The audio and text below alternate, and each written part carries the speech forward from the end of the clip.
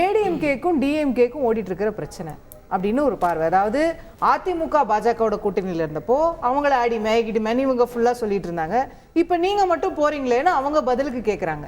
அவங்களுக்கும் இவங்களுக்கும் உள்ள பிரச்சனை இல்லை, நீங்கள் ஏன் உள்ள குதிச்சு அதில் ஒரு விமர்சனம் பண்ணி இப்போ உங்கள் மேலே ஒரு விமர்சனம் வந்து தேவையா? இல்லை, அதில் நாங்களும் ஒரு பார்ட்டியில் டிஎம்கே மட்டும் தனியாக விமர்சித்தா பரவாயில்ல, எங்கேயும் சேர்த்து விமர்சிக்கிறதுனால விளக்க வேண்டிய கட்டாயம் பத்திரிகையாளர்கள் கேட்ட கேள்வி எல்லாமே. முதல்ல டு பிகின் வித் இந்த மாதிரி ஒரு டிஸ்கஸ் பண்ணுன்ற நிலைமைக்கு வந்ததுக்கே நான் ரொம்ப வருத்தப்படுறேன். ஏனென்றால் 2017ஆம் ஆண்டு கருணாநிதி அவர்கள் இருந்தப்போ அப்போ வந்து லோக்சபா ஸ்பீக்கராக இருந்த சுமித்ரா மகாஜன் ஆகட்டும், ராஜ்யசபா சேர்மனாக இருந்த வெங்கையா நாயுடு அவர்களாகட்டும், எந்த தலைவருக்குமே இல்லாத அளவுக்கு அட்ஜார்ன் பண்ணியிருந்தாங்க. அதாவது அவையை வந்து ஒரு நாள் ஒற்றி வைத்தார்கள். எந்த தலைவருக்கும் இல்லாமல் அப்படின்னா என்ன அர்த்தம்னா, சிட்டிங் சீஃப் மினிஸ்டர்ஸ்க்கு அவையை ஒத்தி வச்சிருக்காங்க. ஆனால் ஒரு பாஸ்ட் சீஃப் மினிஸ்டர்ஸ்க்கு பண்ணது அதுதான் முதல். கருணாநிதி அவர்களுக்காக 2 அவைகளையும் ஒத்தி வைத்தோம். அப்போ 2017 அப்போ இப்போ பேசுனதெல்லாம் ரொம்ப கம்மி. அப்போ பேசுனதெல்லாம் எடுத்து பாருங்க, பிஜேபி லீடர்ஸ் அனந்த்குமார் ஆகட்டும், பிரைம் மினிஸ்டரே ஆகட்டும், எல்லாருமே அவரை பற்றின நிறைய விஷயங்களை வந்து பேசியிருந்தாங்க. அப்போது 2017க்கு அப்புறம் நாங்கள் ஒன்றும் கூட்டணிக்கு போகலையே, அதுக்கப்புறம் தான் அதிகமான ஃபைட்ஸ் இருந்தது. இப்போ வரைக்கும் எதிர்த்து கொண்டே இருக்கிறோம். இப்போது எனக்கு என்ன இதில் நோட்டபிள் விஷயமா இருக்குன்னா, ஏடிஎம்கேன்ற கட்சியினுடைய இயலாமையை பார்த்து நான் ரொம்ப வருத்தப்படுறேன். இயலாமைன்னு நான் என்ன சொல்கிறேன்னா, அவங்க வருத்தப்படக்கூடாது. ஏன்னா நான் ஏடிஎம்கே தொண்டர்கள்கிட்டையும் இந்த கேள்வி வைக்க விரும்புகிறேன். இப்போது திமுகவினர் ஒவ்வொரு விஷயத்தையும் இந்த கால அரசியலுக்கு தேவையாற்கேற்ப மார்க்கெட்டிங் பண்ணுறாங்க, நல்லா பண்ணுறாங்க, ஸ்கோர் பண்ணிக்கிறாங்க. இவங்களுக்கு அந்த மாதிரி வாய்ப்புகள் ஒன்னொன்னும் கிடைக்கும் போது இவங்க பயன்படுத்தாம சும்மா உட்காந்துட்டு மற்றவர்கள் அதை பயன்படுத்தும் போது அதுல அரசியல் முடிச்சு போடுறது வந்து எனக்கு ஆச்சரியமா இருக்கு. எந்த மாதிரின்னு சொல்றேன், இப்போ அண்ணாமலை சொன்னதா சொல்றீங்க, எம்ஜிஆர் கொண்டு போய் சேர்க்கல டெல்லி வரைக்கும். எம்ஜிஆர் விட்டுருங்க, நீங்க எம்ஜிஆர் அவர்களை நீங்க விட்டுருங்க. இப்போ ஜெயலலிதா அம்மையார் வந்து 1948 பிறந்தாங்க. கடந்த வருடம் 2023 75th இயர். அப்ப இவங்க 75th இயருக்கு ஒரு காயின் வேணும்னு கேட்டிருக்கலாமே, கண்டிப்பா நாங்க தாராளமா கொடுத்துப்போம். அந்த மாதிரி இவங்க இவங்க வந்து இவங்களுக்கு உட்கட்சி சண்டை போடுறதுக்கே டைம் சரியா இருக்கு. கட்சி எங்க போய் மார்க்கெட்டிங் பண்றது? அவர் சொன்ன மாதிரி எம்ஜிஆர் அவர்களுக்கு வந்து 2017. நான் என்ன கேட்கிறேன், இது வந்து இதோட பிளெயின் பாலிடிக்ஸ் என்ன தெரியுதுன்னா, பிஜேபியோட அடிமைகள்னு அதிமுக ஒரு காலத்துல இல்ல ஒரு காலத்துல அவங்க சொல்லப்பட்டதுனால இன்னைக்கு அவங்க திமுகவை பார்த்து தான் கேள்வி கேட்கிறாங்க. எடப்பாடியாரோட அறிக்கையில அவர் வந்து அண்ணாமலையோ பிஜேபியோ குறிப்பிடவே இல்லை. அவரு ஸ்டாலினோட சண்டை போட்டு இருக்காரு. கிடையாது, நீங்க வந்து இதுல இன்வால்வ் ஆகணும். அது வந்து உங்களோட இன்டர்பிரேஷன். பிஜேபியோட இன்டர்பிரேஷன் என்னன்னா, பிஜேபியை விட்டு நாங்க வெளியே போயிட்டோம்னா எங்களுக்கு நிறைய கூட்டணி கட்சிகள் வரும்னு அவங்க வந்து நிறைய பகல் கனவு கண்டுட்டு இருந்தாங்க. தேர்தல் முடிகிற வரைக்கும் அது எதுவுமே நடக்கல. இப்ப என்ன நினைக்கிறாங்கன்னா, இந்த மாதிரி சின்ன சின்ன விஷயங்களுக்கு எங்கேயாச்சும் கொளுத்தி போட்டு காங்கிரஸ் இந்த பக்கம் எடுத்துடலாமா, விசிகா இந்த பக்கம் எடுத்துடலாமா, அதற்கு வந்து இதை ஸ்க்ரூ பண்ற மாதிரி இவர் வந்து பேசிக்கிட்டே இருக்காரு. அவர் வந்து ஒரு முதலமைச்சர் பண்ணிட்டு ஒன்னும் பிரச்சனை. எங்களுக்கு என்ன பிரச்சனைனா, கள்ள கூட்டணி, கள்ளத்தனமா இருக்காங்க, இந்த மாதிரி வார்த்தைகளுக்கு தான் அண்ணாமலை அவர்களே பதில் சொன்னார். அப்படி அந்த மாதிரி வார்த்தை பயன்படுத்த இப்போ அவர் என்ன கேட்கிறாரு, இப்ப பிஜேபி என்ன தீண்டத்தகாத கட்சியா? அதிமுக கன்னியாகுமரியில 4% ஓட்டு, வெறும் 4%. நீங்க என்ன பண்றீங்க இந்த விஷயத்துல? இப்போ ஏற்கனவே திமுகவும் உங்களை அந்த மாதிரி சொல்லிருக்காங்க அதிமுகவோட இருந்தப்போ. இன்னைக்கு அதிமுக எப்படி சொல்றாங்க? நீங்க பிரஸ் மீட்ல எடப்பாடியார் மேல மட்டும் தான் பாயறீங்க. இங்க வந்து இந்த இஷ்யூல நீங்க திமுகவை இக்னோர் பண்ணிட்டு அப்ப நீங்க அதிமுகவை மட்டும் விமர்சிக்க எதனாலனா, அவர் சொல்ற விமர்சனம் உண்மையோன்ற கேள்வி அதனாலே வருது இல்ல? அப்ப நீங்களும் திமுகவும் இங்க ஒரு செட், அப்ப இன்னொரு பக்கம் எடப்பாடியார் மேல ஏறீங்க. தவறுன்றது தாண்டி கொஞ்சம் ஃபேக்ட்ஸ் பின்னாடி போய் பாத்தீங்கன்னா, எம்ஜிஆர் அவர்களுக்கு 100வது ஆண்டு விழா காயின் இவங்க கேட்கப்போ நாங்க கூட்டணியிலே கிடையாது. அப்ப அதிமுக கூட்டணியில கொடுத்தது.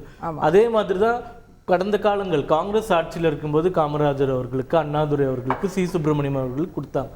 நம்ம ஆட்சி வந்ததுக்கு அப்புறமா சுப்புலட்சுமி அம்மாக்கு, சர்வேப்பள்ளி ராதாகிருஷ்ணன் அவர்களுக்கு, இவங்களை போன்ற ஆளுமைகளுக்கெல்லாம் கொடுத்தோம். இப்போ இது என்னன்னா, சென்ட்ரல் டு ஸ்டேட் விவகாரம். ஸ்டேட் கவர்மெண்ட்ல இருந்து ஒரு ரெக்வெஸ்ட் வருது, அதை வந்து நம்ம வந்து அக்செப்ட் பண்றோம். அது இந்த காலகட்டத்தில் ஏன் வருதுன்னா, அவர் 1924 பிறந்தவர்.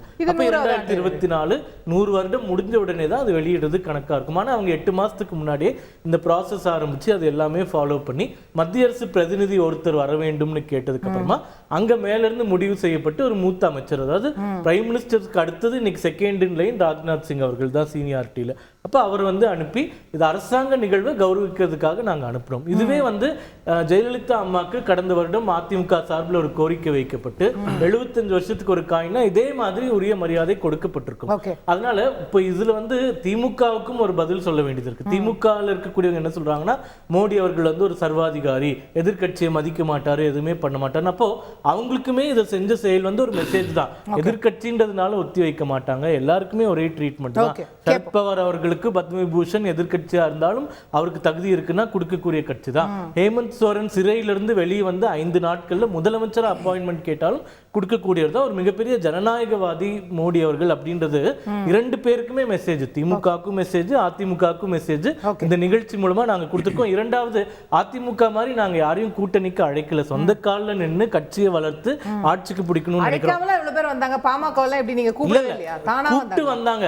அவங்க வந்து எப்படி தூபம் போடுறாங்கன்னு பாருங்க. காங்கிரஸ் கிட்ட நீங்க அங்க இருக்காதீங்க, இங்க வாங்க, நிறைய சீட்டு தரோம். அவங்க பிஜேபி கூட சேர்ந்துட்டாங்க, மதச்சார்பின்மை வந்துருச்சு அப்படின்ற மாதிரி இவ்வளோ டாக்டிக்ஸ், இவ்வளோ அப்பட்டமா இவங்க வெளிப்படுத்துறது எனக்கு ஆச்சரியமா இருக்கு. ஏன்னா மக்கள் முட்டாள் கிடையாது, எல்லாமே பார்த்துட்டு தான் இருக்காங்க.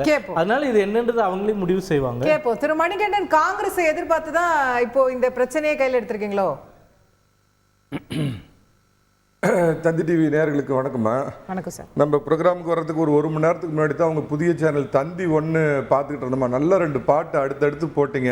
இந்த தளபதியில் ரொம்ப ஃபேமஸான பாட்டு, போடா எல்லாம் விட்டு தள்ளு, பழச எல்லாம் சுட்டு தள்ளு, புதுசா இப்ப பிறந்தோம்னு எண்ணிக்கொள்ளடா, உள்ள மட்டும் நானே, உசுர கூட தானே.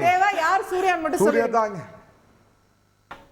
சூர்யா தான் அங்கேயே இருக்கிறாரா, உள்ள மட்டும் நானே, என் உசுர கூட தானே அப்படின்னா என் நண்பன் கேட்டா வாங்கிக்கன்னு சொல்லுவேன் அப்படின்னு ஒரு பாட்டு போட்டீங்க. அதுக்கு அடுத்ததே பாருங்க, உங்க தந்தி 1ல ஒரு சூட்சமா இன்னொரு பாட்டு போட்டீங்க. அடுத்த பாட்டு என்ன வந்ததுன்னா, வாராய் நீ வாராய், போகும் இடம் வெகு தூரம் இல்லை நீ வாராய் அப்படின்னு 2 பாட்டு அடுத்தடுத்து பார்த்தோமா. அந்த பாட்டுக்கும் ஏதோ இந்த நீங்க கொடுத்த தலைப்புக்கும் ஒரு பொருத்தம் இருக்கிறதா நான் நினைக்கிறேம்மா. இல்ல இதுல என்னன்னு பாத்தீங்கன்னா, அவர் வாசிக்கிறது என்ன, இவங்க கரகாட்டம் ஆடுறது என்ன, அப்படியே பார்த்தீங்கன்னா திமுகவையும் அதிமுகவையும் 2 திராவிட கட்சிகளையும் வாளெடுத்து வீழ்த்துறதுக்கு வந்த மலடா நானு அண்ணாமலை அப்படின்னு இவருக்கு கொதிக்கிறது என்ன. நான் கேட்கறதுமா, அவருக்கு கருணாநிதி அவர்களுக்கு நீங்க நாணயம் வெளியிட்டீங்க, அதெல்லாம் யாரும் மறுக்கல. அது எந்த ஒரு சீனியர் மோஸ்ட் தலைவர் இந்தியாவில் எந்த மாநிலத்தில் இருந்தாலும் அது கேட்டா மத்திய அரசு அவங்க பண்றாங்க, அதுல தவறு இல்லை. அதை தாண்டி கொஞ்சம் ரொம்ப, அதாவது அந்த காலத்துல ஒரு புகழ்பெற்ற நடிகர் கொஞ்சம் ஓவர் ஆக்டிங் பண்ணுவார்னு சொல்லுவாங்களா, அந்த மாதிரி கொஞ்சம் ஓவரா பண்ணலாமா. இவர் அப்படியே போறாரு, வாங்க அப்படின்னு முன்னாடி மலை வாங்க தலை அப்படின்னு அவர் இழுக்கிறாரு, அப்படியே சமாதிக்கு போறாங்க, அங்க மரியாதை கொடுக்குறாங்க. போய் அஞ்சலி செலுத்தினத கூடவா நீங்க இவ்வளவு அரசியலா பாப்பீங்கன்னு தான் அண்ணாமலை கேட்கிறாரு. நான் ஒன்னும் அங்க போய் 90 டிகிரி வளைஞ்சு கும்பிடு போடலையே அப்படின்றார். ரொம்ப ரொம்ப சந்தோஷம். அப்ப டெல்லிக்கு அடுத்த முறை டெல்லிக்கு மரியாதைக்குரிய முதலமைச்சர் போறப்ப இந்த இந்தியாவின் மிகச்சிறந்த பிரதமர்களில் ஒருவரான அடல் பிகாரி வாஜ்பாயோட சமாதி இருக்குது. ஒரு மரியாதை நிமித்தமா போய் வாஜ்பாய் சமாதிக்கு போய் இதே மாதிரி இந்த முதலமைச்சர் இதே கண்ணியத்தோட போய் அஞ்சலி செலுத்திட்டு வர சொல்லுங்களேன். இதே மாதிரி வாஜ்பாய்க்கு ஒரு 100வது ஆண்டு ஒரு விழா நடத்தி எல்லாரையும் கூப்பிட்டாங்கன்னா கண்டிப்பா எல்லாரும் போக போறாங்க. இதுல என்ன இருக்கு? இன்னைக்கு ஒரு ஈவென்ட் சார், அந்த காயின் வெளியிட வராங்க, கலைஞருடைய 100வது ஆண்டு. அப்போ அவருக்கான நீங்க அண்ணாமலை கும்பிடு போட்டான்னு கேக்குறீங்க. ராஜ்நாத் சிங் தானே போனாரு.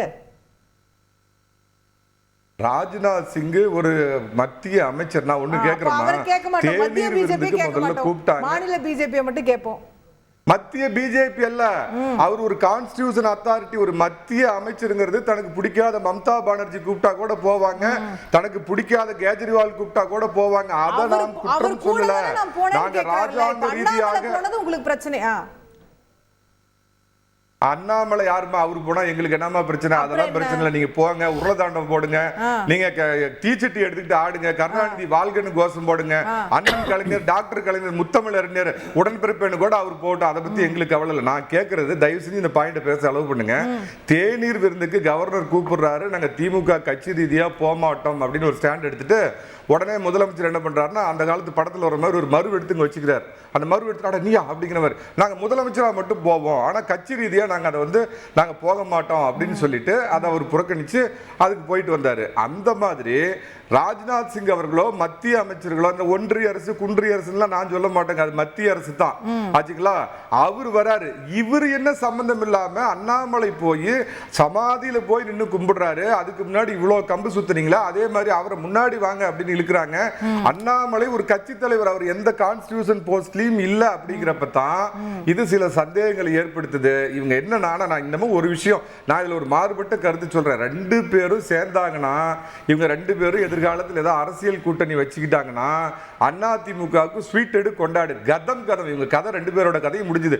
தற்கொலை பண்ணிக்கிறதுக்கு சமம். ஆனா அந்த லெவலுக்கு போக மாட்டாங்க. அததான் நீங்க எதிர்பார்க்கறீங்க. அப்ப காங்கிரஸ் உங்களோட வரும்னு நீங்க கனவு காண்றீங்க. அதுக்காக தான் நீங்க இந்த மொத்த பிரச்சனையே எடுத்திருக்கீங்க.